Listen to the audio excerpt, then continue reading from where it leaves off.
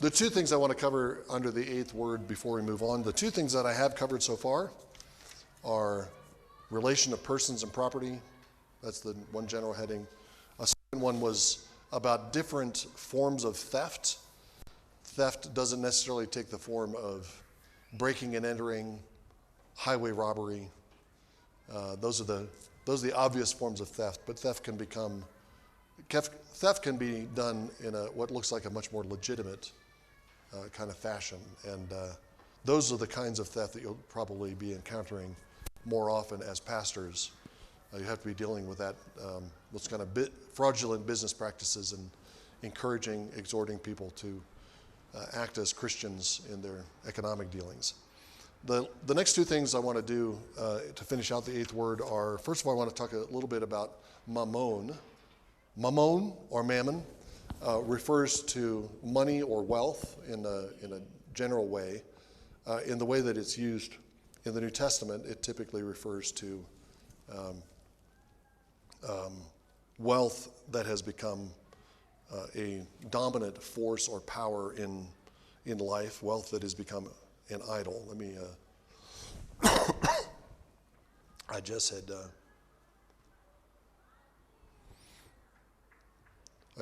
some passages. Matthew 6:24, no man can serve two masters, for either he will hate the one and love the other, or else he will hold to the one and despise the other. You cannot serve God and mammon. Then Luke 16:13 says the same thing. Luke 16 also says a couple of things about mammon that are going in another direction. Jesus says, I say to you, make to yourselves friends of the mammon of unrighteousness, that when ye fail, you may receive it into the everlasting habitations. That's at the end of the parable of the unjust steward, who is using wealth in order to find friends, so that when he's dismissed by his employer, he will have other people who will receive him. And then Luke 16:11, if you have not been faithful in the unrighteous mammon, who will commit to you the true riches? So there's a connection, Jesus is saying, between the way you handle money and your material wealth that prepares you and qualifies you for handling the greater riches of heavenly or spiritual wealth. Okay. So the two passages where mammon is used, it's contrasted to serving God. You can serve either God or mammon. Those are the passages that I have in mind as I'm talking about this. And mammon has, in those passages, is treated as if it were as an idol. Our lives can be dominated by the desire for wealth, for material things, for money, for the things that money can buy. I think that people that accumulate huge amounts of money are not really desiring the money as such. They recognize the money as a means, perhaps a means for attaining power, which it definitely is.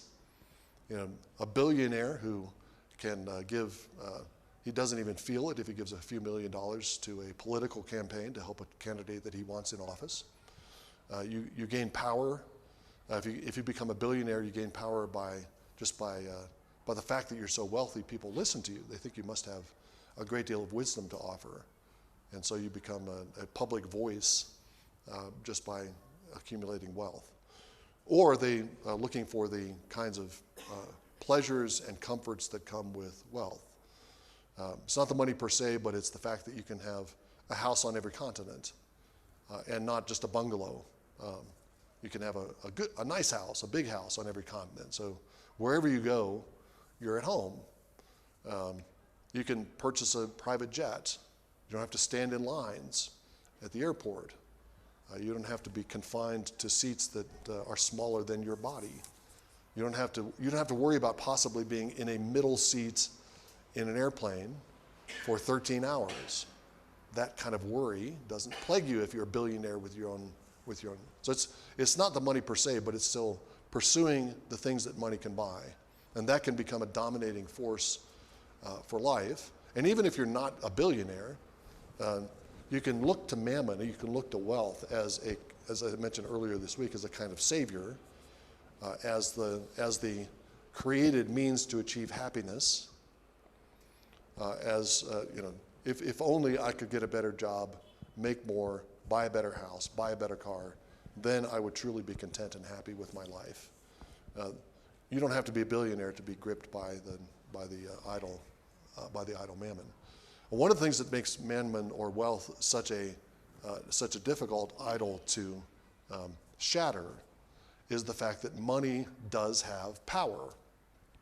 And the Bible acknowledges this. I don't have passages in front of me, but you can search through the Proverbs and look at the way the Proverbs talk about money. And Solomon talks about money and wealth in similar terms a few times in Ecclesiastes. Money has power. You can do things with money that you can't do if you don't have money. You can, some ways you can get away with things if you have money you can't get away with if you don't have money. So money does have power. Money does bring pleasure. And so I think it has this particular, it's particularly dangerous. You don't need much of it to become an idolater of mammon. So the question I want to ask is, how do you combat that idol? How do you shatter that idol? And the first thing I want to say is that you don't shatter that idol by renouncing material wealth. There are places in the Bible where certain people, Jesus says this to the rich young ruler, sell all that you have and give it to the poor. Zacchaeus, once he's converted, makes restitution for all the people he defrauded as a tax collector, and he pays them back fourfold, which is more than is necessary under the Torah. He was probably still a wealthy man even after he had done that. The rich young ruler is told to sell everything that he has and give it to the poor. I take that as something like a test. It's certainly not the command that Jesus gives to everyone. There may be cases where that's what you're called to, where individual people are called to. That's not the norm for the Christian life. Having wealth is good. Having stuff is good. God created us as owners, as I said before. We're to take dominion over the earth, and that's a kind of ownership. We take ownership of the world, and we develop and cultivate it and glorify it. So material wealth is a good. So we don't combat mammon by just renouncing material wealth and making sure we don't have any. I think there are several things that help us to combat the idol of mammon. One of them is to recognize the universality of Paul's principle. He says to the Corinthians, you have nothing that you have not received. You have nothing that you have not received. That includes everything. Paul says it as a universal principle. Nothing that you've not received. Your life, every moment of your life that you continue to live, every breath that you take, God is giving you the gift of oxygen. He's giving you the gift of lungs that can separate the oxygen from the other elements that are in the air. He's giving you a beating heart.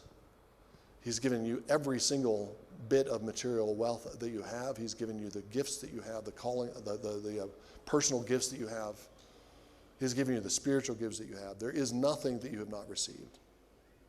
It all comes from God as gift. It all comes from God as complete and utter gift. Even if you say, and the Bible does talk about rewards in various contexts, but the rewards are in the context where everything, you're rewarded by faithfulness, but that faithfulness is a gift of God. You're rewarded with eternal life. You could say that, but that eternal life is a gift of God that is, and everything you do to achieve and strive for that gift is also a gift. Nothing that you do, nothing that you have, is something you've generated from yourself. You're not self-authored in any respect. You're the recipient of gift, top to bottom. And getting that in mind, I think, is a crucial way for combating the temptations of mammon. Because what that means is that we live lives of continuous thanksgiving. Everything we have is from God as a gift. We live lives of continuous thanksgiving. If everything that we have from God is a gift from God, then we're obligated to acknowledge Him as the giver. And in acknowledging Him as the giver, we recognize that we have obligations to use the gifts that He's given us in a way that honors Him. You can think about If you suppose your father gave you a car. You need a car to get around the big city, so I'm giving you my old car, and now you feel some obligation to your father not to abuse the car because he's the giver. That's the way we should think about everything, because everything is from God. We recognize our dependence. We recognize our obligation not only in receiving the gift, but in how we use the gifts. And this principle that God is the owner of everything, God is the ultimate giver of everything, is worked into the institutions and laws of Israelite society. I mentioned these things earlier this week, so I'll just briefly remind you of them. It's a somewhat different context. But think of all the ways in ancient Israel that God's ownership of things and the fact that everything is a gift is worked into the life of Israel. And the obligation that Israel has to use their property and wealth for God's purposes. That's worked into the specific commandments of the law. The Jubilee law is probably the most obvious case. The Jubilee law, Jubilee kicks in every 50 years, it's supposed to. Kicks in every 50 years, and everyone goes back to his ancestral property. In ancient Israel, property could not be sold out in the land. Property could not be sold permanently. It couldn't be alienated from the original heirs of the land permanently. And the rationale of that, the principle behind it, is that God is the one who's given the land. It's the Lord's land. Every Israelite is a tenant in the land, and they're temporary.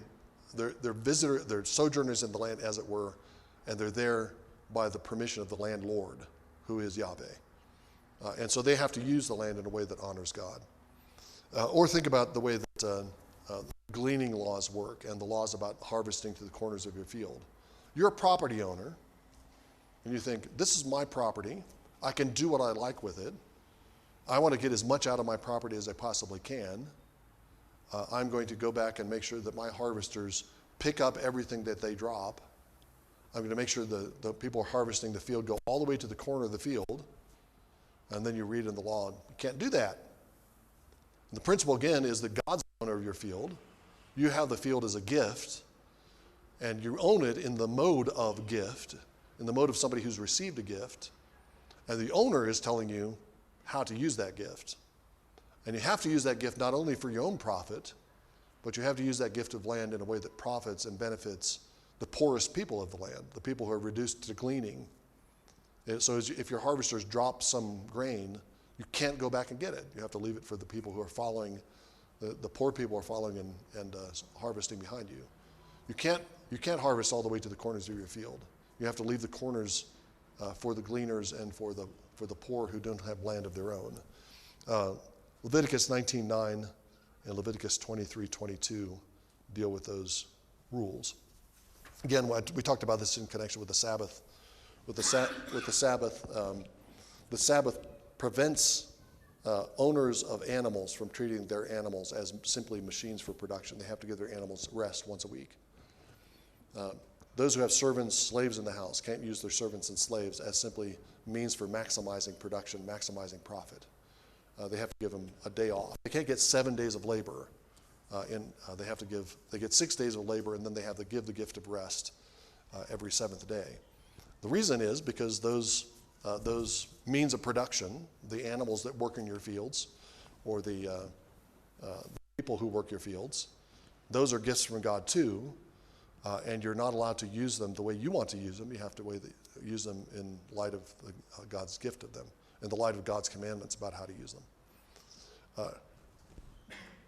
If you want to say the same thing from a different angle, you think about the way that Paul talks about the spiritual gifts in the New Testament. Everyone in the church has spiritual gifts, different manifestations of the Spirit. There's one Spirit, but many manifestations of the Spirit. But each manifestation of the Spirit is used for a common purpose.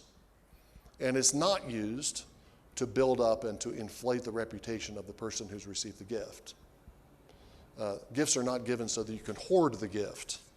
You're not given the gift of teaching so that you can hoard the gift of teaching as if somehow the gift of teaching were inflated. Obviously, if you have the gift of teaching, you use that gift of teaching by teaching others. And you do that for the sake of what Paul calls the common good, the koinonia, the sake of the fellowship. Koinos, agathos, I guess that the Greek would be. I'm guessing. I'm not sure exactly what it says. But you use it for the common good. That's the term that Paul uses. Your spiritual gifts are used for the common good. Your spiritual gifts are used to build up the whole body. And you should think of material goods as gifts in the same fashion to be used in the same way. You have material gifts that are to be used for the common good, for the betterment of others. Now, that can take all kinds of different forms, right? You have material gifts as a head of a household that you use for the betterment of everyone in your household. You want to use those gifts to bless the common good of your family, to make sure your children are taken care of, that they have food and clothing and a place to live, and that they have the means that they need to grow up and mature. You want to make sure that you use that wealth to build up and glorify your wife. You want to have but you're using that wealth for the common good of the family. Or you have wealth and you invest it in a business. You start a business with inherited wealth, or you start a business with a loan, a commercial loan. Why do you start a business? You start a business to make a profit, yes. You want to get a profit. But you start a business also to serve the common good of your employees, to give people work, productive work, meaningful work, work that they get paid for. You start a business so that you can serve the common good by providing a good or a service that benefits other people who aren't part of your business. And you're producing a particularly good kind of kitchen garments, kitchenware, aprons and towels and things. That's for the benefit of the people that are purchasing. You use the wealth, invested in a business. You're going to benefit from that wealth, but so are other people who are employed by you, and so are the people who are purchasing your goods or services from you. So the desire for profit is then incorporated. It's part of the overall service of the common good. The money that you have investing in a business is also a gift from God, and you use it for the common good in the way that your spiritual gifts are used. All spiritual gifts are used for the common good to advance the justice of God's kingdom. All material goods are given to you so that you can use them for the common good to advance the justice of God's kingdom. Okay. And I think I think the root of that is recognizing that everything we have is a gift. I think, and that means lives of continuous thanksgiving. All thanksgiving and gratitude is a confession of dependence. Whenever you thank somebody, you're telling them, I depend on that gift from you. I'm bettered by that gift, and I'm dependent on you. Ultimately, we're dependent for everything on God, and our lives of gratitude will inhibit the temptations of mammon. Okay. One last thing, very briefly. I said that the eighth word not only is a window on the entirety of the 10 words, but the eighth word is also a window on the whole of the biblical story. Adam was created to have dominion. Adam was created as a recipient of gifts. Excuse me. Adam is placed in the garden and given one restriction: don't eat from that tree. That's God's tree. Don't take from it. And Adam refuses, and Eve is tempted, takes the fruit, gives it to Adam, who's with her, and they steal from God. I think the fall violates all of the 10 words, but it's also a theft. They're taking something that God had reserved for himself, something that God had prohibited them from taking. So human sin begins with theft. And from that point on, theft is a basic human practice, not only in the sense of stealing stuff, but most fundamentally, we pretend like we belong to ourselves. We're self-authored, as I was saying at the beginning of the day. We own ourselves. We are a law unto ourselves.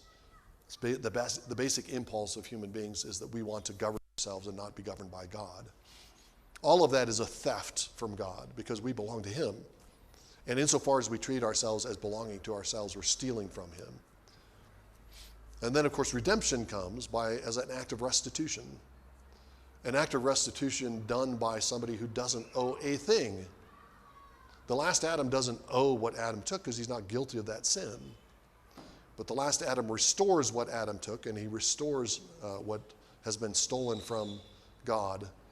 And on the cross, he makes restitution and pays our debt. That's how Jesus fulfills the eighth word, not only by refraining from theft, which he does. I think there's an allusion to the eighth word in Philippians 2. He didn't think it robbery to be equal with God, but made himself of no reputation. He doesn't seize equality with God, but humbles himself. He doesn't steal, but even more, he keeps the eighth word positively by restoring what he doesn't owe and paying debts that he didn't incur. And so we're restored to right fellowship with God. Our debt is paid, and by the Spirit of Jesus, we're remade like Jesus. So the mind that's in Jesus is in us by the Spirit, as Paul says in Philippians 2. And that mind is that we don't grasp, but rather we humble ourselves, we give ourselves, and that includes giving of our wealth, generosity. So you can think of the whole story of redemption, creation, fall, of redemption, and in the light of the eighth word. Let's move on to the ninth word. And I have, I guess, 5 basic points I want to make here. I'll list them and then I'll plunge in. First of all, I want to raise the question about the 10 words as moral law, because I think the ninth word is relevant to that question. Then I want to talk about the specific setting of the ninth word, which I think is a court setting. The ninth word is not "thou shalt not lie." The ninth word is "thou shalt not bear false witness against thy neighbor." So that's a different focus for the ninth word than we might realize. So I want to focus on that. Then I want to talk about the verb that's used, which is anah in the Hebrew. And it means answer. Thou shalt not answer falsely against thy neighbor. And I want to reflect on why that particular verb is used. That will lead into a discussion of the godly uses of language, and particularly godly uses of language in an age of media saturation. And then finally, I want to talk about Jesus as the one who fulfills this commandment, as the true and faithful witness. So first of all, I mentioned at the beginning of the week, you probably were familiar with these categories before, but it's common to organize and distinguish within the 10 words, within the law, moral, civil, and ceremonial laws. Moral laws are laws that are permanent, that prohibit immoral behavior that's always immoral, or encourage moral behavior. That's the moral law. The civil law is the specific public law that's given to Israel in its specific covenantal circumstances. The ceremonial law has to do with governance of worship and the sanctuary. And when I introduced that and talked about it on Tuesday, I suggested that those categories roughly correspond to different aspects of the law, but they're, in fact, those different aspects of the law are quite intertwined in the Torah. When that set of categories is used, it's typically said that the moral law is summarized in the 10 words. The 10 words is kind of the classic example of moral law rather than civil law or ceremonial law. And I don't think I've made this point explicitly, but it's kind of been implicit in some of the things I've said. Even the 10 words, just as they're written, are clearly more than that. They're not just moral law. They're not just addressed to individual behavior, but they're intended to govern public life in Israel. So think about the the fourth word, the Sabbath command. Remember the Sabbath day to keep it holy. 6 days you shall labor and do all your work. But the seventh is the Sabbath of the Lord your God. And then it lists all those who are given rest on the seventh day, on the day of ceasing. That's not just addressed to individuals to take rest. It's also addressed to individuals who are heads of households who give rest. It implies a public institution of Sabbath keeping, that the whole society shuts down on the seventh day. Plus, the Sabbath is clearly also a ceremonial law. It governs a pattern of worship, especially as it gets worked out in the liturgical calendar of Israel. So the Sabbath law is not clearly, I should say, the Sabbath law is not merely a matter of moral law addressed to individuals, but it's a matter of social law. It governs how families work and how society is organized. And it's a ceremonial law because it governs the timing of worship. And I'm going to suggest that the ninth word also shows us that the 10 commandments, the 10 words, expand beyond simple moral law. As I said, the more literal translation is, thou shalt not answer falsely against thy neighbor, or answer with falsehood against thy neighbor. Bear false witness. Thou shalt not bear false witness against thy neighbor. And the category of witness is not just a reference to speech in general. I'm going to suggest in a moment that if we follow through the logic of the ninth word, it includes all forms of human speech. But the specific kind of speech that's in view in the ninth word is speech in a courtroom. The word witness in ancient Hebrew, as well as in English, is a courtroom term. It's become given a wider context, like a wider significance. In the church, for example, we speak of witnessing as evangelization, but witnessing, even in that sense, in the New Testament, has this kind of courtroom judicial connotation. When we're bearing witness to Jesus, the background idea is that God is prosecuting his case against the nations. That's the way that's when Israel is called a witness. Israel is my witness, the Lord says. That's in the context of the Lord prosecuting a legal case against the nations, and Israel is the chief witness on the Lord's behalf. So when we're bearing witness to Jesus, it has that background connotation of a kind of a cosmic court drama. But more specifically in the ninth word, I think it's talking about a specific courtroom situation. So the basic commandment is don't be a false witness in court. And this helps us to see how the ninth word fits into the ordering of the last half of the Decalogue that I've been talking about. The sixth commandment, I said, is a kind of the heading of the second half of the Decalogue. All of the sins in the second half of the Decalogue are forms of murder. Adultery is an assault on the image of God in marriage. Theft is an assault on the image of God insofar as property is connected to persons. False witness is an assault on the image of God insofar as it's an attempt to do violence to the reputation and the name of the person whom you're lying about. So the ninth word, in other words, the specific context of the ninth word is this courtroom situation. And Scripture repeatedly warns against false witness in courts. The law repeatedly does that, not only in the ninth word, but also in Exodus 23:1. You shall not bear a false report. Do not join your hand with a wicked man to be a malicious witness, or more literally, a witness of violence. And that phrase is used also in Deuteronomy 19:15 through 21, Proverbs 25:18. All of those use the phrase witness of violence, probably translated as malicious witness or something like that. How is somebody who testifies falsely in court a witness of violence?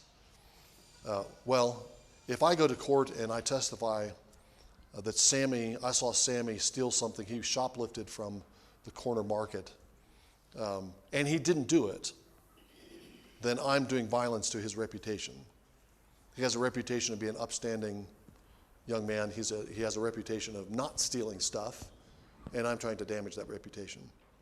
Or I go into court and I falsely testify that I saw Faisal commit a murder. He didn't actually do it. I know he didn't do it, but I want to get at Faisal. What I'm doing is kind of enlisting the power of the court to take action against Faisal. If I testify falsely in a murder case, in ancient Israel, if you testify falsely in a murder case, the ultimate result will be the execution of the person who's murdered, who's found guilty. If you have two false witnesses, if two people collude to testify falsely in court, in an Israelite court, you got the testimony of two witnesses.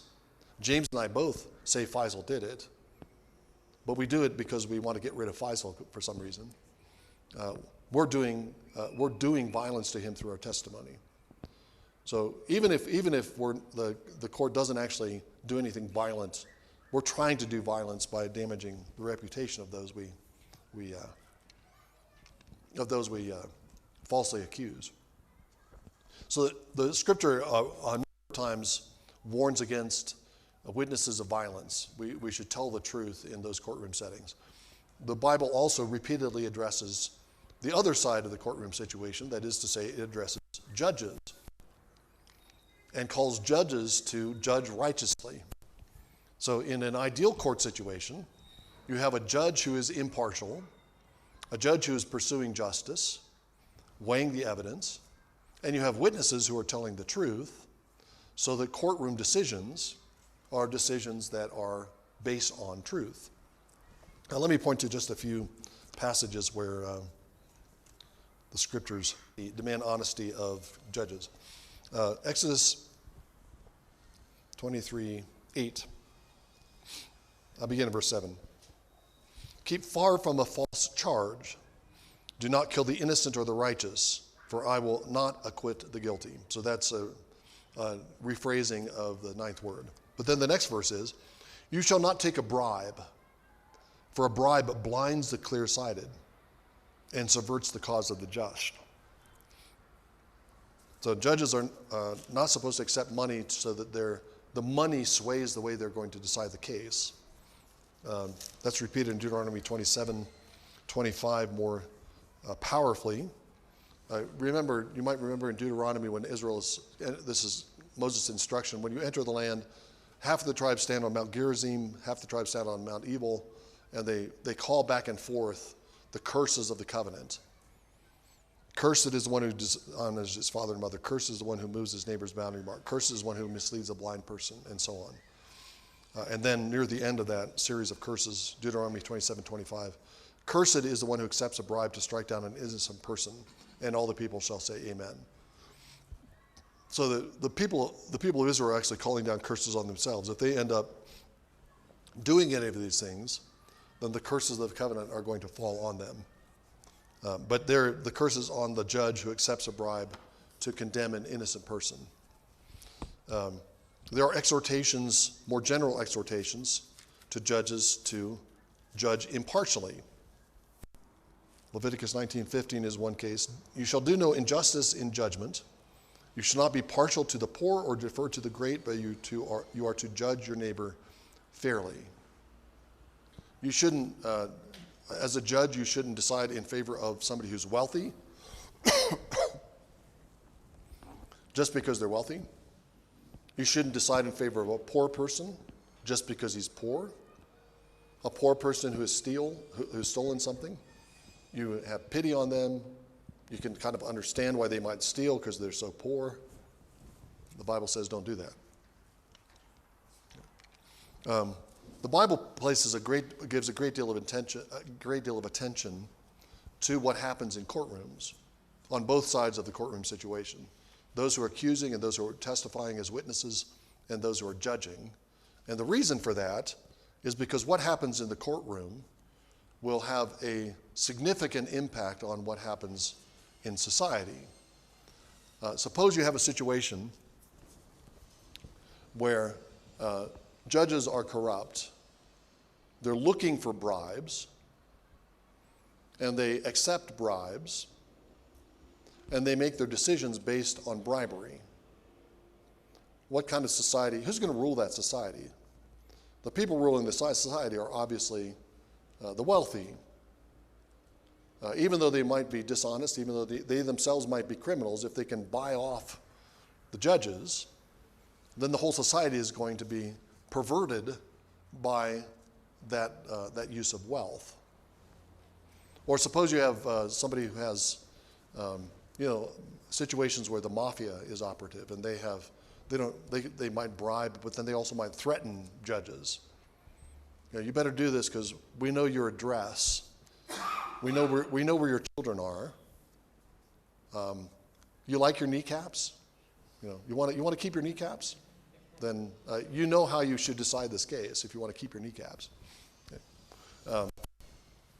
If that's how the judicial system works, then the violent are going to rule, because judges are making decisions about cases before them, and those decisions work out into the society and shape the way society functions, and the violent have the upper hand. So you can have a whole situation if the wealthy and the violent capture courts, then you have a whole society that is infused with and controlled by the violent and the greedy. Okay. And courtroom decisions have an enormous impact on the way society operates. I mean, again, my examples come from the American context, but surely you're aware that until the 1960s and 70s, in certain parts of the United States, racial segregation was the legalized system of arranging social relations. So if you're black, there are certain water fountains you're allowed to use and certain water fountains you can't use. You have separate water fountains for blacks and whites in parts of the U.S. You have separate toilets for blacks and whites. If you're black and you get on the bus, you have to go to the back of the bus where the black people sit. You can't sit in the front of the bus. If you go to a movie theater, African Americans go up into the gallery, up onto the balcony. Forgot the word. Up on the balcony. You can't sit on the floor. You have segregated classrooms in schools. Okay, there's a legally instituted system which was to the disadvantage of African Americans. The principle, and this principle was upheld by courts for years. The principle was separate but equal. African Americans had their own schools, but they were equal in their educational value to white schools, which was not the case. You're probably aware of the civil rights movement in the 60s and 70s, which through various kinds of demonstrations forced the U.S. to take account of that injustice, and eventually it was overturned by legislation and by the Supreme Court, and laws that had segregated African Americans and whites were struck down. So, but the legislators and the courts had approved that system, and the whole society was organized and legitimized. Segregation was legitimized by court decisions. Or more recently in the U.S., I've mentioned this a couple of times, but in 1973, the United States Supreme Court legalized abortion. Most states at that time had laws restricting abortion in some fashion. Some states had already had permitted abortion, but most states still had restrictions on abortion or outlawed abortion completely. And then a Supreme Court decision just wipes out all those restrictions. That was overturned last year. Between 1973 and 2022, 49 years, abortion was legalized, sometimes with slight restrictions, but abortion was legalized in the United States. And I don't know what the final count is of abortions, but it's mind-numbing, the number of unborn babies that were slaughtered in the United States over 49 years of legalized abortion. And it has all of the other ramifications that I mentioned earlier in the week when I was talking about abortion. It bleeds out into infanticide, killing of newborn babies. It bleeds out into a willingness to kill other vulnerable people who are costly to keep alive, old people, disabled people. It bleeds out into a corruption of the whole society, corruption of the medical profession. So that and all that originates from a courtroom decision. That the Supreme Court legalizing abortion and striking down state laws that restrict it. So what happens in the courtroom it determines the way life is organized outside of the courtroom. If you want a society that's based on truth and a society that's founded on justice, it's crucial to have rulers and judges who act and make decisions based on truth and justice. And it's crucial that you have a true witness, because if you don't, then you have a society that's going to be distorted in one way or another by corrupted courts. But I think I have time for this brief example. Example that I talk about in my book on Constantine. In Roman courts, if you have somebody who's a wealthy Roman, somebody of the patrician class, who goes to court, maybe somebody, a poorer member of society, he's in the plebeian class, brings a suit against a wealthy person, and it's legitimate. Let's say that the poorer person was actually harmed by the wealthy person. Can he get justice? Well, the wealthy person has the option of continuously appealing the decision of a court. So the poor person comes, the wealthy person brings a suit against a wealthy person. The judge judges in favor of the poor person. Well, the wealthy person can say, I'm going to appeal this to the next highest court. He has the money to do that. He can pay whoever represents him in the court. The poor man doesn't have those resources. He might be able to go to the next level, but he can't go to the next level and the next, and however far it goes. Eventually, wealthy people were able to win cases simply because their opponents were too poor to keep going. So there you have a case where wealth determines how the court system operates. And you also have the social dynamics. The patrician class included judges. Most judges were of the patrician class. So you have a poor person and a rich person that go in front of a judge. The rich person could well know the judge. They go to cocktail parties together on the weekends, that kind of relationship. The poor person has no such access to the judge. He's not of the same class. He doesn't go to those cocktail parties. He goes to the corner pub and drinks beer with his other poor buddies. So there's this class dynamic where the wealthier classes stick together and the judge decides in favor of his friend. Okay. The reason I bring this up is because of what Constantine did. This is an example worth contemplating and how it might apply in other settings. Well, Constantine, when he became emperor, he saw this injustice. Many of the previous Roman emperors had also seen this injustice, and they tried to remedy it, but they were unsuccessful. And what Constantine did was permit litigants in Roman courts to appeal outside the Roman legal system to church courts. Churches began developing their own system of courts, I think right from the first century. Paul talks about this in 1 Corinthians. Don't take your brother to court before pagans. Isn't there somebody wise among you who can make a decision? If you have something against your brother, just take it to another brother. Surely somebody has wisdom enough to sort through this within the church. So I think certain kinds of judicial activities start in the church very early on. By the 3rd or 4th century, there's a well-developed kind of court system within the church, and Constantine takes advantage of that. So, a poor person who's not getting justice in the Roman court could appeal to the bishop of his city, the bishop could be just as corrupt as the judge. That's possible. But it's also more likely that the bishop has some sense of justice. He's not paid. Hopefully bishops are beyond bribery.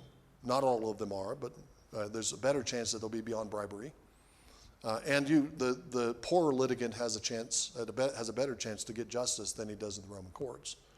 So churches actually, the church in the Roman Empire actually becomes the source for justice. And this is not just for church members. Constantine set it up once. Of course, this was after he became emperor, so he can dictate things about how the courts work. But not only Christians, but other litigants could appeal to the bishop. So the bishop might be making a decision in a controversy involving two pagans. But that was one of the ways that the church gained reputation for being a healthy and healthy institution. It was providing a justice that the Roman court system didn't. Okay. I want to go and talk about the verb ana, and then that'll expand into thinking about the wider implications of the ninth word. Ana means to answer. So if I'm going to be even more literal, thou shalt not answer as a false witness against thy neighbor. Is that what I said before? Maybe I did say that. Thou shalt not answer as a false witness. I think in the immediate setting, the setting is a courtroom setting, and answer would mean answer a question in court, right? Or answer a summons to court. So if you have a situation where, the judge is asking a question or a lawyer is asking a question of a witness, he should answer truthfully.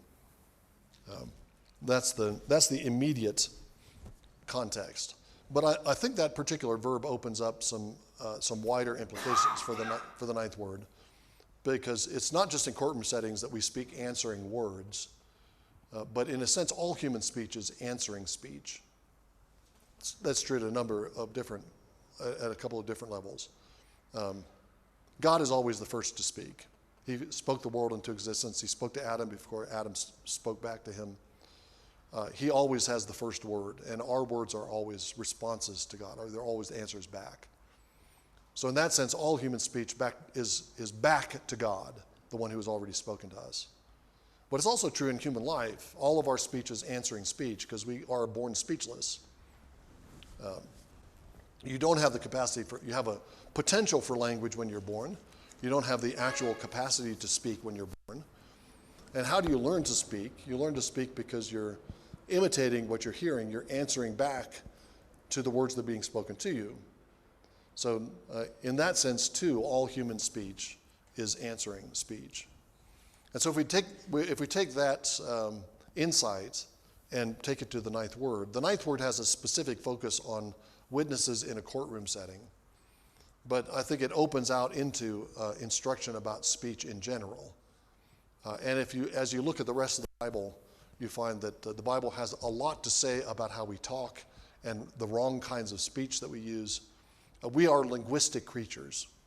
I think that's one of the facets of being the image of God. We are made in the image of a speaking God, a God who has an eternal word, the second person of the Trinity, a God who spoke the world into existence, a God who's been speaking to human beings from Adam on, and he continues to speak to us through his written word now. God is a speaking God, and he's made one creature on the earth that speaks back in language back to him. Being a speaking creature is at the heart of what it means to be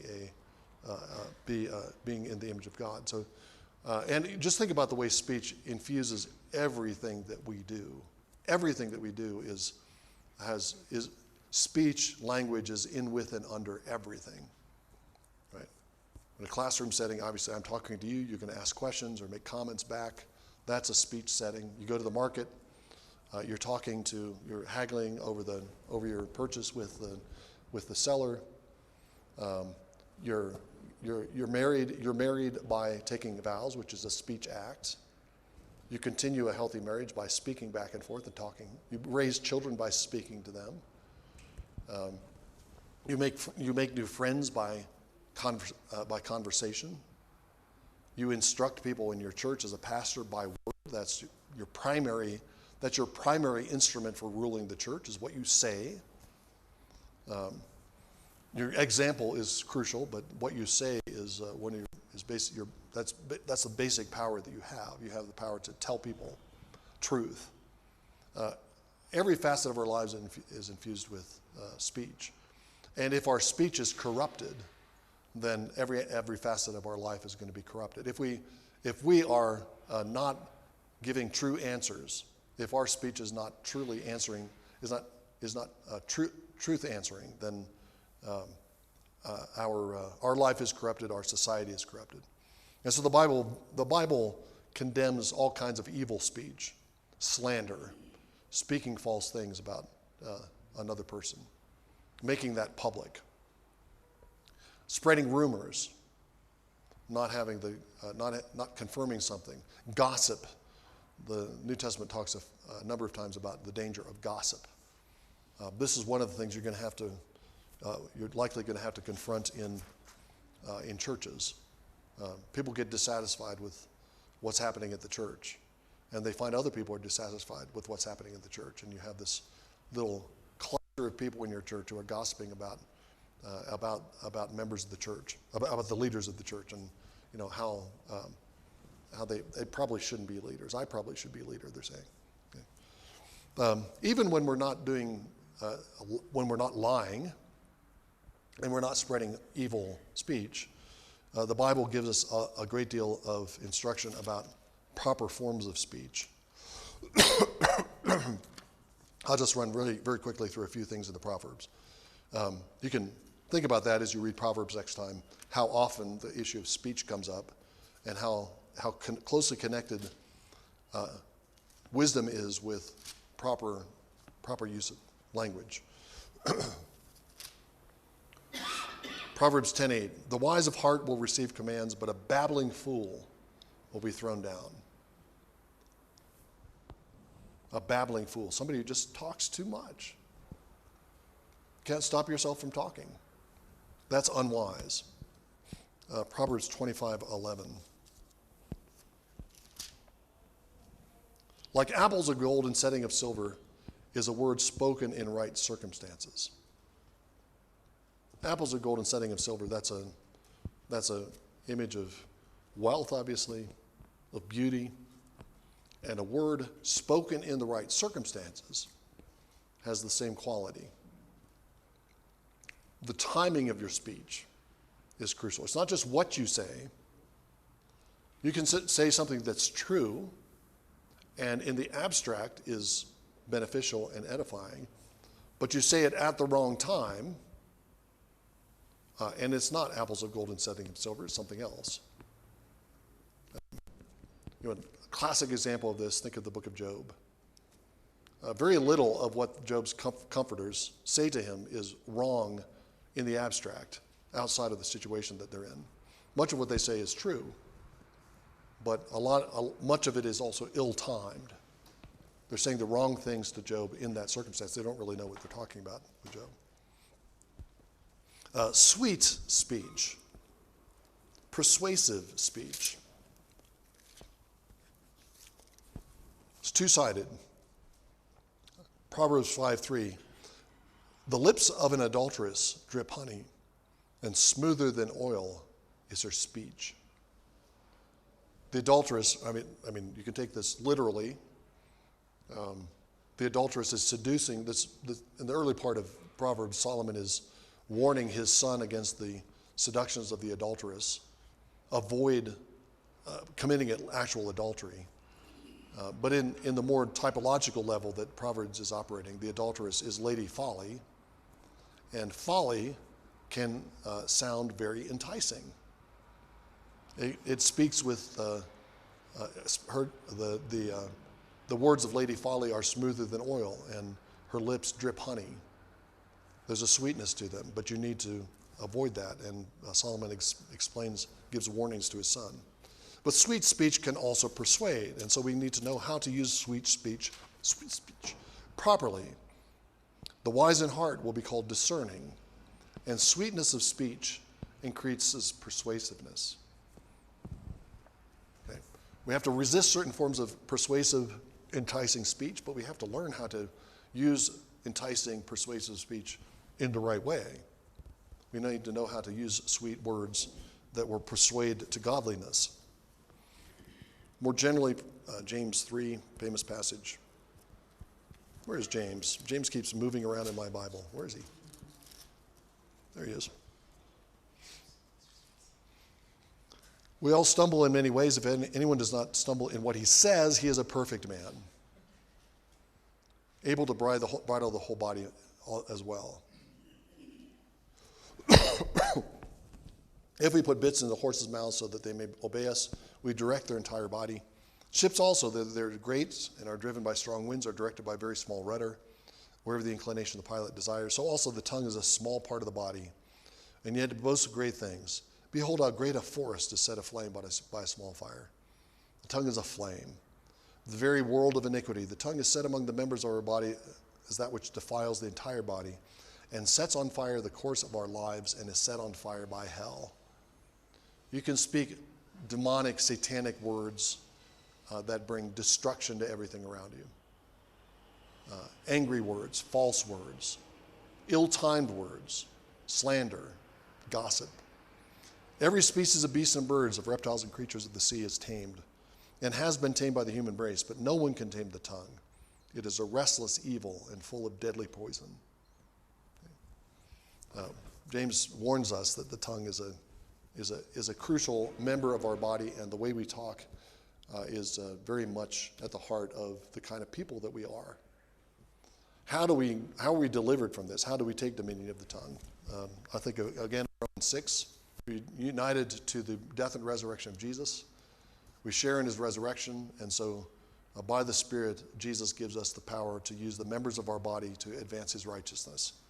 And that includes the tongue as a small member that has great power. We have to die to Adam. We have to rise in newness of life. And we have to do that continuously. We have to learn we have to mature in our use of language. I want to put that into our particular cultural setting, and make a few comments about what it means to be a truth teller in our particular cultural setting today. And again, my description is largely taken from American society. We live in a media-saturated world that is full of, we live in a whirlpool of rumors and innuendo, of unsupported and unsupported claims, fake news. Social media promotes the most aggressive and provocative forms of speech, because the more provocative you are, typically, the more followers you get and the more influence you get on social media. There's part of the algorithm of certain social media is to promote precisely those voices that are going to get the highest followings. So the most controversial ones, often, they're going to make the most money, because if you get more followers, you have more ad revenue from the ads that you're able to stick onto the social media. So there's an incentive for these media companies to promote at least immature speech, and sometimes outright false speech. That's one side of the situation in the U.S. The other side of the situation is a tendency from one sector of society to label certain forms of truth-telling as hate speech. So if I say in public, in certain settings in public, what Leviticus says about a male lying with a male, it is an abomination. That's hate speech, and has to be suppressed, because it's endangering the lives of homosexuals for me to talk the way God talks about homosexual behavior. So So you have these two different dynamics. On the one hand, there's a lot of falsehood that's promoted, and then truth-telling, certain kinds of truth-telling, is treated as dangerous and has to be censored. So learning to speak wisely and well in that setting is difficult, but it's very important. It's important for you if you have a presence on social media. I don't have any specific advice one way or the other. You may or may not want to pursue that. There can be some benefits from that personally and also in your ministry. Can be. There can also be some a fair bit of negative effects of that. So how you engage with this, but also instructing your congregation how to engage with it.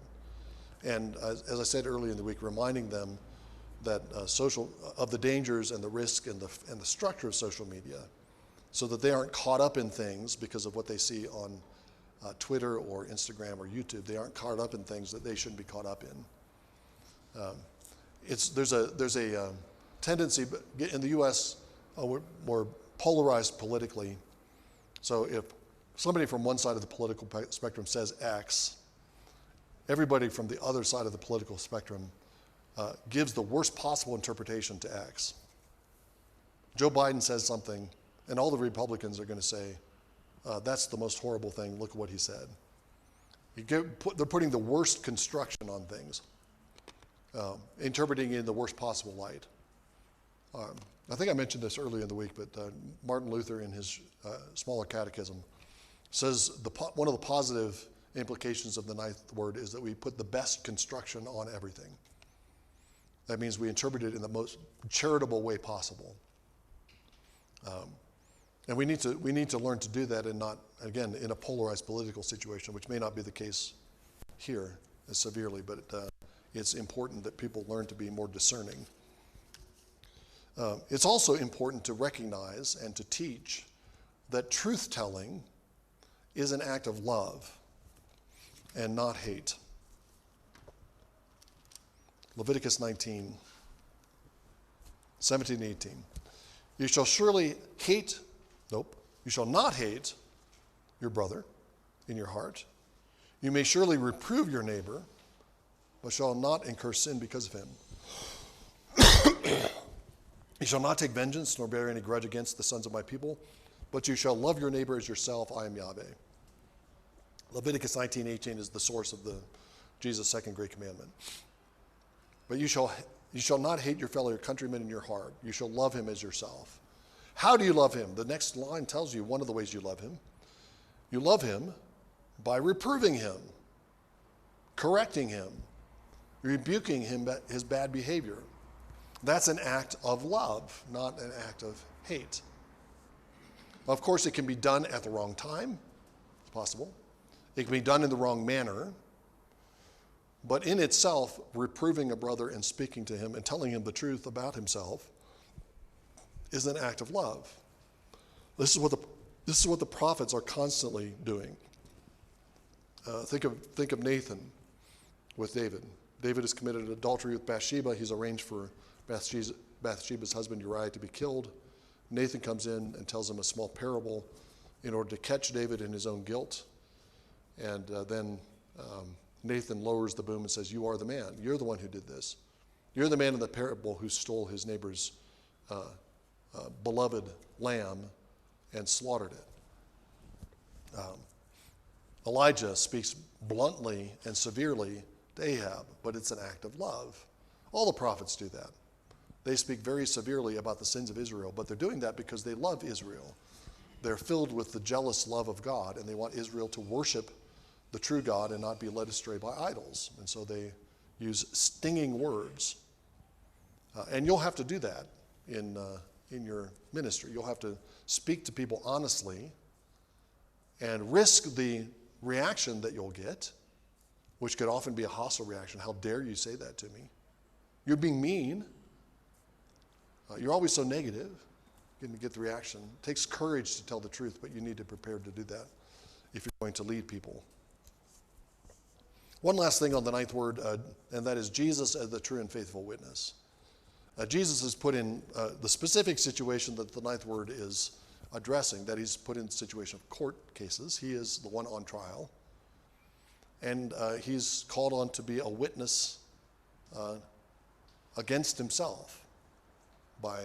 He's interrogated by both the high priest and by Pilate. And as Hebrews says, I think it's in Hebrews, Jesus proves to be the true and faithful witness. He tells the truth in court. Doesn't speak much in court, but when he speaks, he tells the truth. I am the Son of God. Thou hast said, I am the Son of God. And you shall see the Son of God, Son of Man, coming in power and great glory, surrounded by his angels.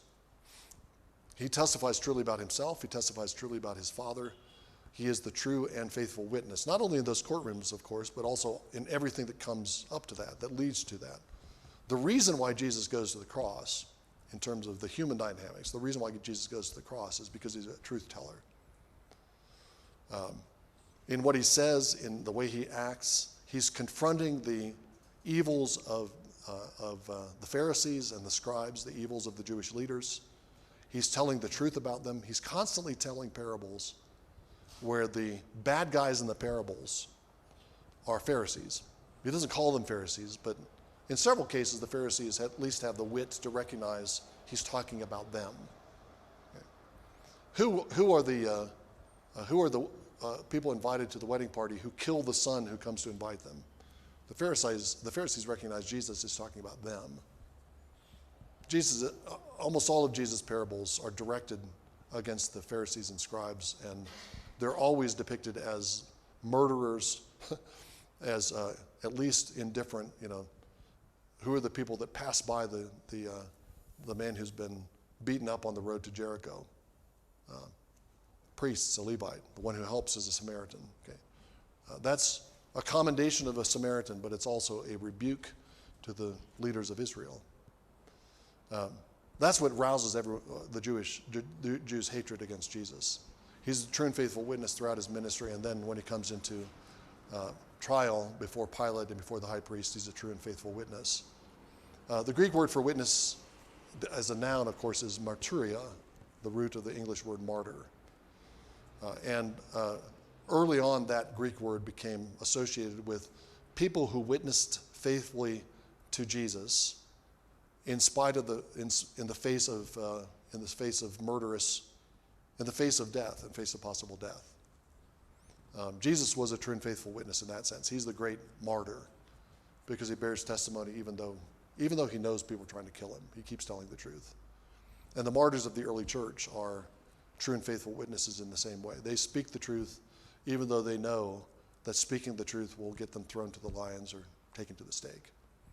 And so the ninth word, I think, ultimately, in the light of Jesus' example, the ninth word is a call to martyrdom. We speak the truth no matter what pressures there are that come against us. We speak the truth no matter what kinds of threats, even if speaking the truth will lead us to the cross, to die with Jesus. We speak the truth. We need to think a step beyond that, though, and realize that Jesus, the true and faithful witness, is victorious in his martyrdom. Jesus is put to death because of his truth-telling, but death can't hold him, and death and his witness is ultimately a victory. He's raised from the dead. But the early church very quickly came to think the same way about their own witness and their testimony. Tertullian said that the blood of the martyrs is the seed of the church. The more Christian martyrs were put to death, the more their enemies were undermined, the more their enemies were overturned. God pays attention to the blood of his saints, and he vindicates them. He hears the cry of the blood of the martyrs as he heard the cry of Abel, and he comes to the rescue of the martyrs. So the church grows through martyrdom. There's martyrdom, faithful witness in the face of pressure and threats. Martyrdom is undefeatable. Okay. What's the worst you can do to a martyr? Kill him. But if you kill a Christian martyr, then you're just giving him a share in the cross. You're giving him an opportunity to testify in his death to Jesus. Like Stephen. Stephen is the first martyr. And in his death, he is like Jesus. In his death, he's portraying the crucifixion of Jesus all over again. He's testifying to Jesus even as he's being stoned to death. So you witness with your words, that's testimony to Jesus. You witness with your death, that's even more powerful testimony to Jesus. So there's no way you can defeat that. No way you can defeat Christian martyrdom. It might look like a loss. It looked like Jesus was beaten for 3 days, and then he wasn't anymore. It looked like the church had been beaten for several centuries, and then they weren't. Okay. I'll take a couple of minutes, yeah. There are a number of significant examples of that. Rahab is a crucial one. Rahab is not condemned. In fact, James commends her for her faith. And her faith involves basically switching loyalty from Jericho, her hometown, to Israel and to Yahweh. And that's manifested in the fact that she protects the spies. That's one example. You can look at Exodus 1 and the midwives in Egypt.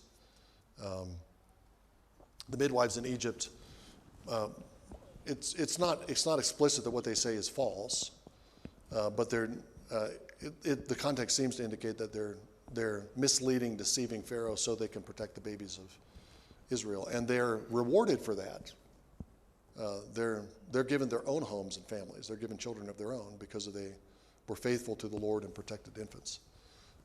So you have other cases where that happens. David uses various forms of deception when he's on the run from Saul. He pretends to be mad when he comes to the city of Gath to protect himself. So the cases where, particularly the cases where this happens, it's often women who use deception as a protection in the Bible. And the cases where this happens are cases where the people of God are under threat, and you mislead the enemies of God in order to protect. It's a kind of military or war situation, and this is a tactic of deception. There are other places in the Bible where Israel uses deceptive tactics in war, and God approves of them. Right? When Israel fights against Ai the second time, they're defeated by Ai the first time because Achan has the plunder of Jericho. But then they go to war against Ai a second time. They attack Ai. They pretend like they're being beaten, and so they flee. And the men of Ai come flooding out of the city to chase them down. And then there's other Israelites who are hiding somewhere, and they come out and they get the men of Ai caught in this pincer movement. So they're military tactics that are deceptive, which again, I think that's the kind of setting where deception is legitimate. Yeah, right.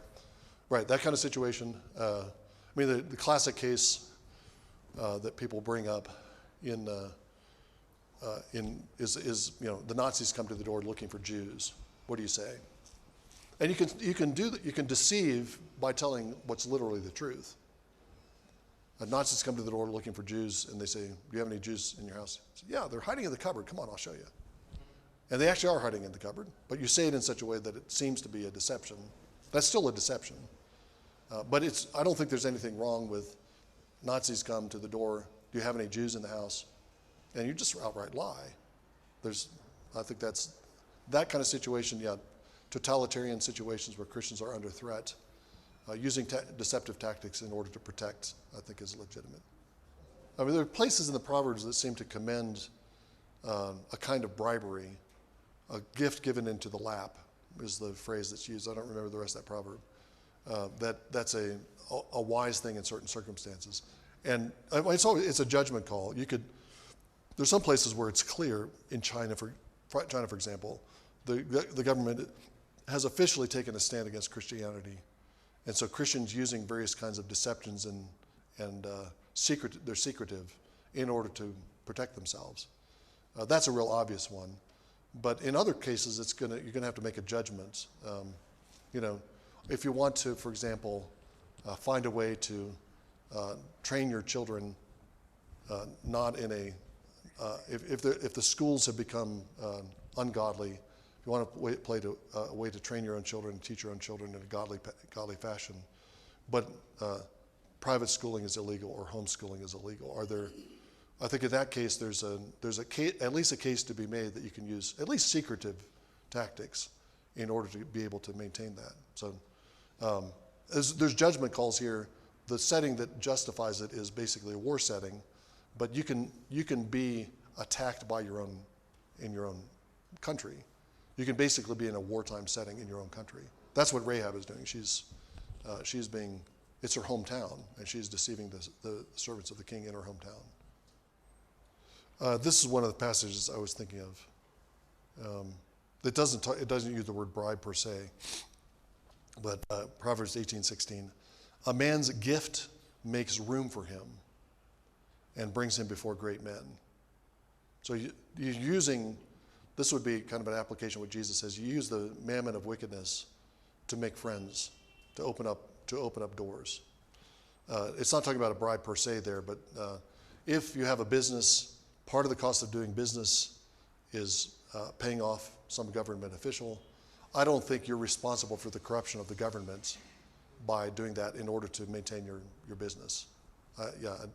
It would be best if you didn't have to do that, and you should try to avoid doing that if you can, but there will be times when it's unavoidable, and it's just another cost of doing business, I would say. If you're living in a corrupt society where even the laws have become, the laws encourage evil behavior, I don't think you're responsible for that evil structure by doing what you can within that setting. I agree with Amani. I don't think the Bible condemns the giving of bribes. I want to be careful. I'm not encouraging participation in bribery. I'm just saying there are going to be circumstances where you really have little other choice, and I don't think the Bible condemns it as sin. If you're in a position where you either lose your livelihood or you submit to this tyranny and pay an official off, then you submit to the tyranny by paying the official off. And the fact that it's illegal that's somewhat less of a factor if it's endemic in the society. The actual law that's being followed is not what's on the books. The actual law of society is what people are actually doing. And you have to make a calculation. You have to do something according to your own conscience. And if you can't in good conscience pay somebody off, then you shouldn't. And you have to make the calculation, how likely is it, if you don't have qualms of conscience about giving a bribe, if you don't have qualms of conscience, then you still have to calculate how likely is it for this to come back and actually do more harm if I get caught doing this. I'm thinking of situations like, I know that you're talking about kind of business situations, I think, but you think about situations where you're at a border of a closed country. You're taking Bibles into the closed country. The border guard demands some money. I pay him off and take the Bibles in. I think that's a general rule. I think you have to be cautious in the way you apply that, because we can fool ourselves into thinking we're doing something for the kingdom when we're not. But I think that as a rough rule, I'd say that's accurate. Yeah, I think there is a distinction, and it's not clean cut, but there's a distinction between the official laws that are proclaimed on the books and how things actually operate on the ground. And I think that second aspect, you can't ignore that and just say, I'm just the law, especially when you have a huge gap between what's on the books and what is actually happening in daily life. Then, I just don't think you can, I don't think you can ignore that, the reality of what's on the ground, and try to operate as best you can within that. It's a different thing, obviously, if you get into a position where you're in authority, you're in that bureaucratic position, and you're demanding bribes. Okay, as Amani said, all of the places in the Bible that talk about bribes are talking about receiving bribes as an evil. And so if you're the government official, you need to not do that. But if you're it's it's the kind of situation. It's not exactly the same, but it's the kind of situation that Jesus describes in the Sermon on the Mount when he says, if somebody asks you to carry baggage 1 mile, take it 2.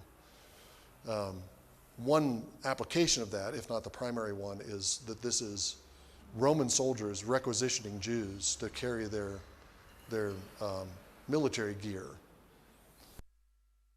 is to submit to that kind of abuse, and not just to submit to it, but to go beyond, literally go beyond and go the extra mile in order to serve. So anyway, I think that kind of thinking is relevant. One last point about this, and then I need to get to the 10th word. But Amani's point about if the law, Yahweh had wanted to say, never give a bribe, that was easy to say, and it's not there in the Torah. So that's not decisive, because there might be, you could say that there's implication if bribes are not to be received, then they shouldn't be given in the first place. But I think it means something that there's no explicit statement about condemning giving bribes. Okay, all right, I've got basically 3 things I want to say about the 10th word. The first thing I want to say is about the literary features of the 10th word. It's much, much longer than the other words in the second half of the Decalogue. I want to comment on that. Secondly, I want to talk about the word for covet is simply the word for desire. And I want to talk about desire in the Bible. And then I want to talk about how we resist covetousness and some of the wrong conceptions of desire that are widespread today. So the 10th word is, thou shalt not covet thy neighbor's house. Thou shalt not covet thy neighbor's wife, nor his manservant, nor his maidservant, nor his ox, nor his ass, nor anything that is thy neighbor's.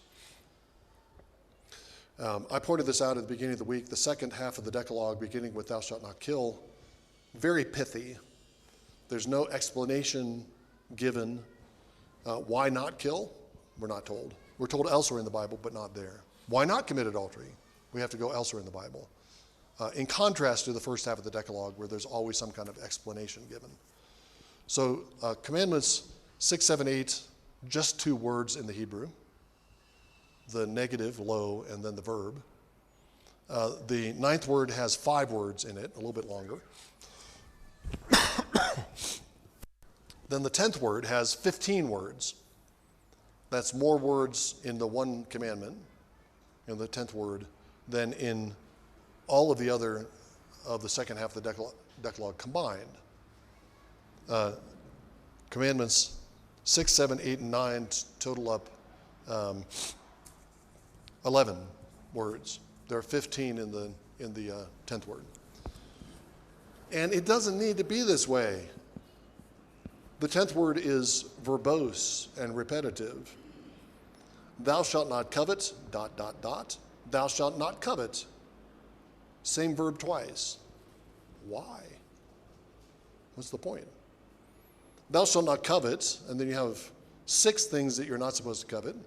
House, wife, manservant, maidservant, ox, ass. And then, a 7th item, nothing that belongs to your neighbor. Why didn't you say that at first? You could have shortened the commandment, made our memorization a lot easier. Why not say, thou shalt not covet anything of thy neighbor's? You could just leave out that, more than half of the commandment from thy neighbor's house all the way to anything. Thou shalt not covet anything that is thy neighbor's. Okay. Why is it written this way? It doesn't need to be so long. It's repetitive. And it includes a broad category at the end that encompasses everything else. Why list them off if you're going to say anything? I don't have a full answer to that question that I've just asked. Why is it written this way? One thing that occurs to me, though, is this, and I think this is part of the explanation. The 10th word resembles, in its style, the 4th word. Go back to the 4th word. Remember the Sabbath day to consecrate it. Thou shalt labor 6 days. Thou shalt not do any work. And then it lists a bunch of categories of people who are not to do work. It has multiple verbs in it. So does, well, the 10th word has only one verb, but it's repeated twice. So there's a correlation stylistically between the 4th and the 10th word. Also, you have a list in both words. You have the list of those who are to be given Sabbath. You shall not do any work, thou, son, daughter, manservant, maidservant, cattle, stranger. Seven types of people who are supposed to be given rest. And then you have 7 categories of things you're not supposed to covet. So you not only have a list, but you have a list that's numerically corresponds to the list that's in the 4th word. And those stylistic similarities between the 4th and the 10th word suggest the possibility that there's some substantive connection between Sabbath keeping and covetousness. And I think that there is in a number of ways. And we could the way that I see it working is this. How do we discipline desire? How do we discipline our desires so they aren't a form of coveting, a form of false and evil desire? One of the ways we do that is by keeping Sabbath. Sabbath keeping disciplines our desire for more, disciplines our desire to maximize our output and maximize our profit, for reasons I've described several times this week. If you're keeping Sabbath, then you're not getting 7 days of work out of your animals. You're not getting 7 days of work out of your servants. You could be making more stuff, making more money, if you work 7 days a week, possibly. Just a footnote. Do you ever heard of Chick-fil-A restaurants? Chick-fil-A restaurants in the U.S., it's started in the southern U.S. It's a chicken restaurant. Sells chicken sandwiches. Chick-fil-A is run by Christians, and from the beginning they have closed all their stores on Sunday. And they have, for many years, made more money than many other fast food chains. I don't know that they're making more money than any, but they make more money than many fast food chains that stay open 7 days. So, maybe you do make more if you work 6 days rather than 7. But the thought is, if I could work 7 days, if I could work my men 7 days, if I could work my animals 7 days, I could make more money. But then I have to cease because the Lord told me to. So there's a check, an obstacle to my desire for more. It keeps me from being covetous and being greedy. On the other hand, you can only keep Sabbath if you are already mortifying your covetousness. You can only keep Sabbath properly if you are already checking your desires for more. So there's this kind of mutual relationship, this sort of vicious cycles where one evil thing reinforces another evil thing. This looks like a virtuous cycle where keeping Sabbath is a way of checking my desires, mortifying my desires is the only way that I keep Sabbath properly. And if I do the Sabbath and check my desires, there's this relationship between them that disciplines and forms my desires in a godly fashion. Okay. There may be more to the explanation for the length of the 10th word, but I think that relationship to the Sabbath is there, and I think it's significant. Secondly, I want to talk about desire in the Bible. Desire is an important category in the Bible. Wanting things. Desire is in Scripture is the power that motivates action. We do things following our desires. Often Christians have thought that the mind, the brain, not the brain, but the mind is the image of God. Our capacity for reason is the image of God. And the capacity for reason, I'm not diminishing that at all. But I don't think the capacity for reason or rationality is the only thing that comes under that category. And I don't think we're simply rational animals. That's a phrase that comes out of Aristotle, ancient Greek philosopher. It's picked up and used by Christian thinkers for a long time. Human beings are rational animals. Thomas Aquinas talks about rationality as kind of the center of the image of God in man. But thought, rationality, and desire are interconnected in our experience, and I think they are in the Bible. Why do we let's see, you want to use your reason to solve some kind of puzzle. Not necessarily a game puzzle, but a puzzle about the world.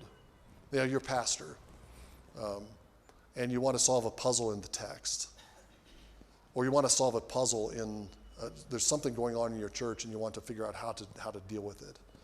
And you're going to use your reason to analyze it and figure out what the dynamics are. You're going to use your reason to do that. But what motivates you to use your reason is because you want to be faithful. You desire to be faithful as a pastor. You desire what's good for the people.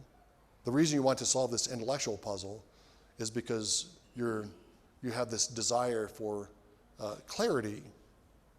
You have this desire to untie knots, as the book of Proverbs calls it. That's one of the reasons why we're given wisdom, so that we can untie knots and solve puzzles in the world. The world is full of puzzles, and one of the great privileges of being human is that God equips us to solve puzzles and untie knots.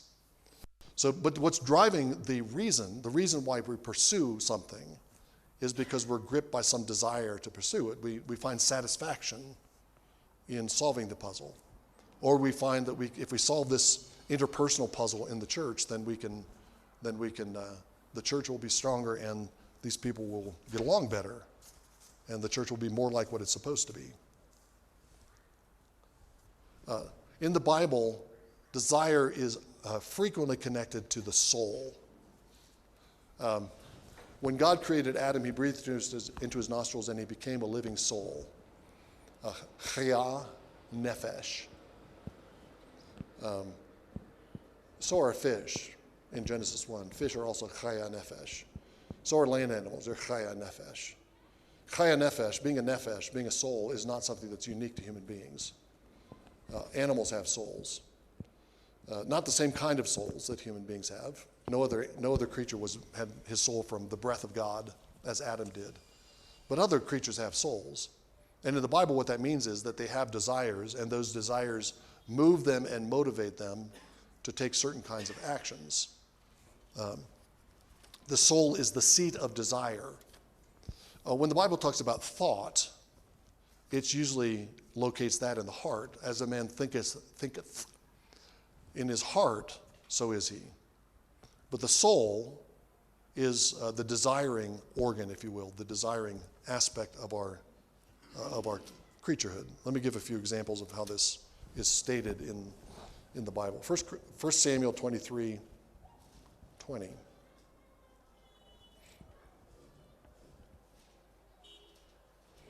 Then the Ziphites came up to Saul at Gibeah, saying, "Is David not hiding with us in the strongholds of Horish?" The Ziphites are giving David up to Saul. "On the hill of Hachilah, which is in the south of Jeshimon.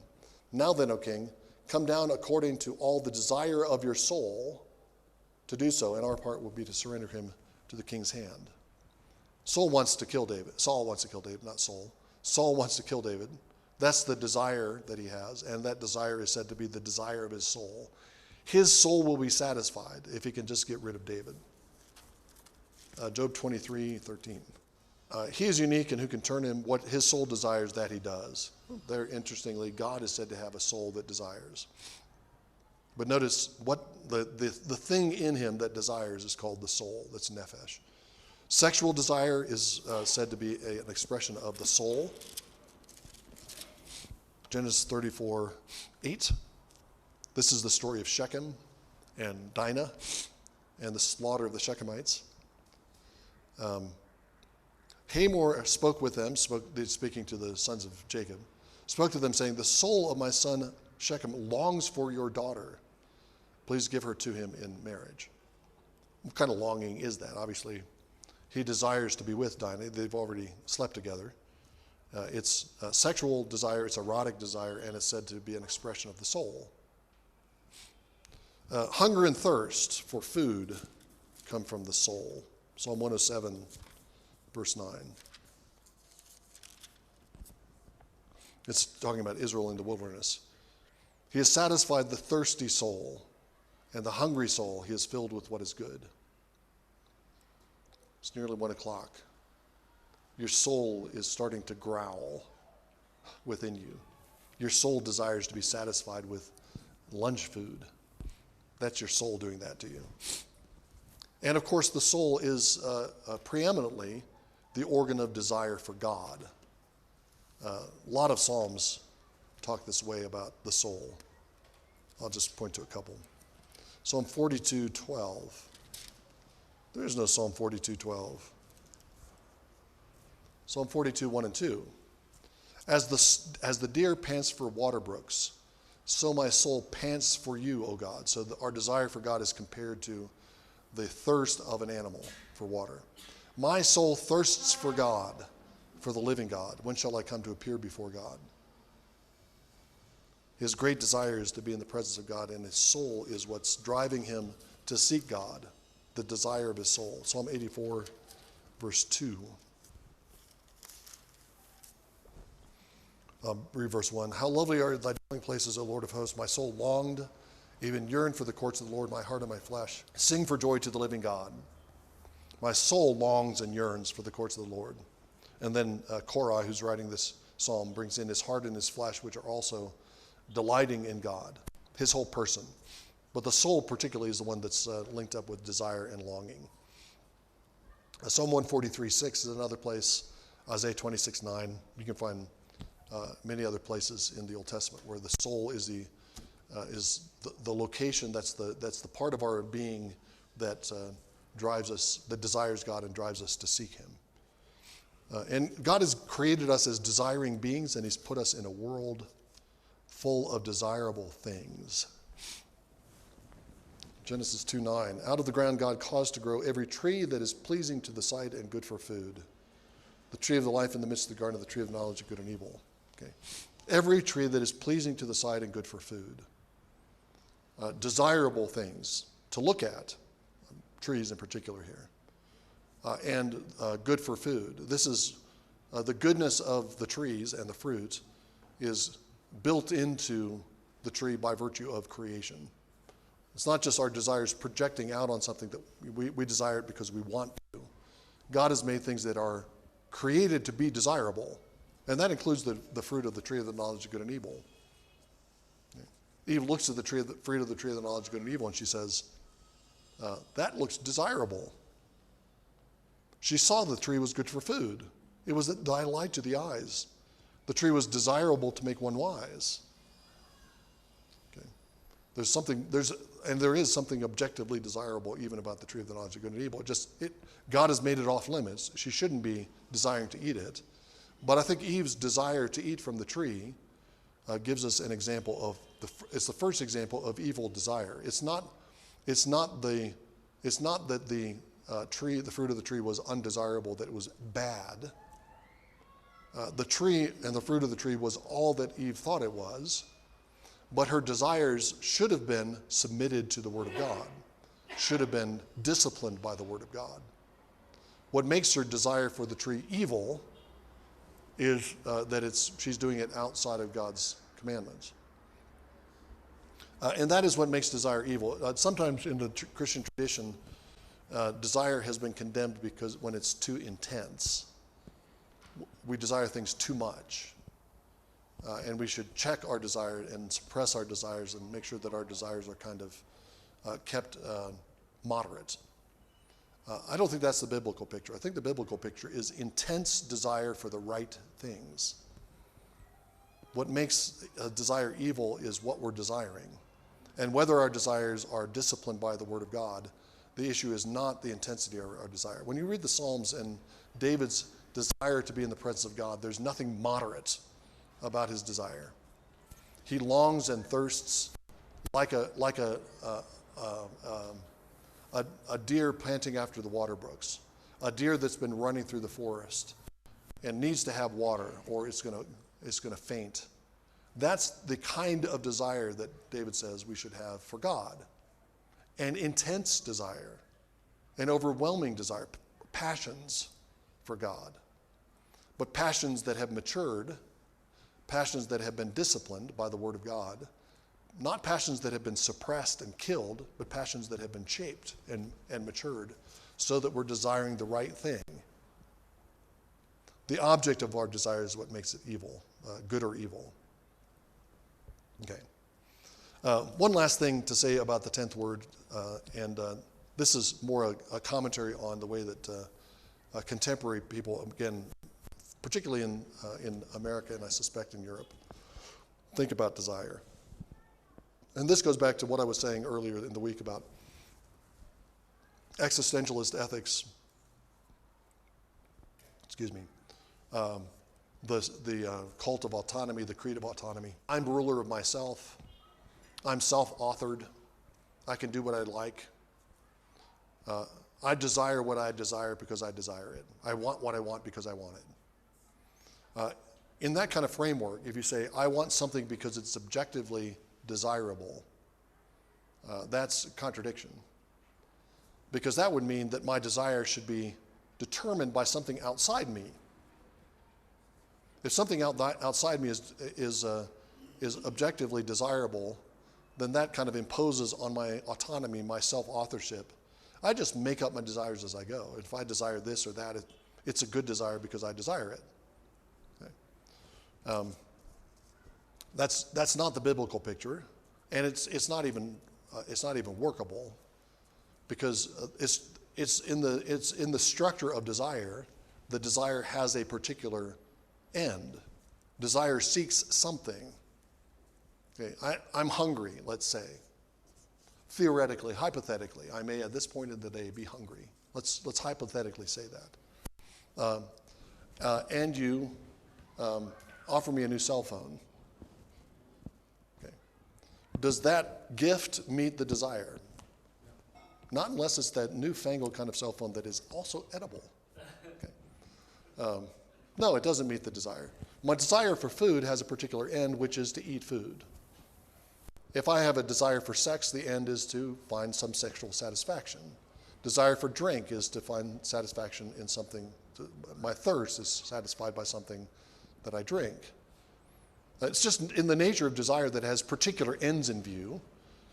And if you say that I desire just because I desire it, and there's nothing particular that I'm desiring, it's just what I decide to desire, then your desires, I'm punning now. I'm giving you a pun alert. Your desires are endless. That is, you have no end point for your desire, which also means that your desires are endless in the other sense, that they never stop. You're never satisfied with anything, because you don't have specific things that you're desiring, specific things that will satisfy your desire. And so this creed of autonomy leads truly to lives of constant dissatisfaction and a perennial unfulfilled desire, because desire has to have an end. To put it this way, desire has to be bound to something. And if our desire is not bound to something, then it's not free, it's just unsatisfied. The only free desire is a desire that's bound to the right things that we should desire. Okay. And that gets back to the overall context, to wind this up at the end of the week, the overall context of Genesis 1. How do we get there? Of Exodus 20 and the 10 words in Exodus 20. God has freed Israel from Egypt. One of the principles that runs through the entire, I haven't said much about this, but one of the principles that runs through the entire Decalogue is God wants his people to live Exodus. Perpetual Exodus. That is, to live in freedom. Everything in the 10 words is about freedom. The Sabbath is about freedom. Being delivered from idols is about freedom, because you can't be free if you're worshiping false gods. Faithfulness in marriage is the only way to have freedom sexually, only way to have freedom in marriage. And our desires are only free if they're bound and directed to the right kinds of objects, if they're bound to the kinds of things that God wants us to desire. Most especially are they bound to him, to God himself, to Jesus Christ. That's the focus of our desire. And that's the only way of freedom. That's the only way to live perpetual Exodus. That's the only way to come into the freedom of the sons of God that God wants for us. It's for freedom that God set us free. And that includes our free desires that are free only if they are bound.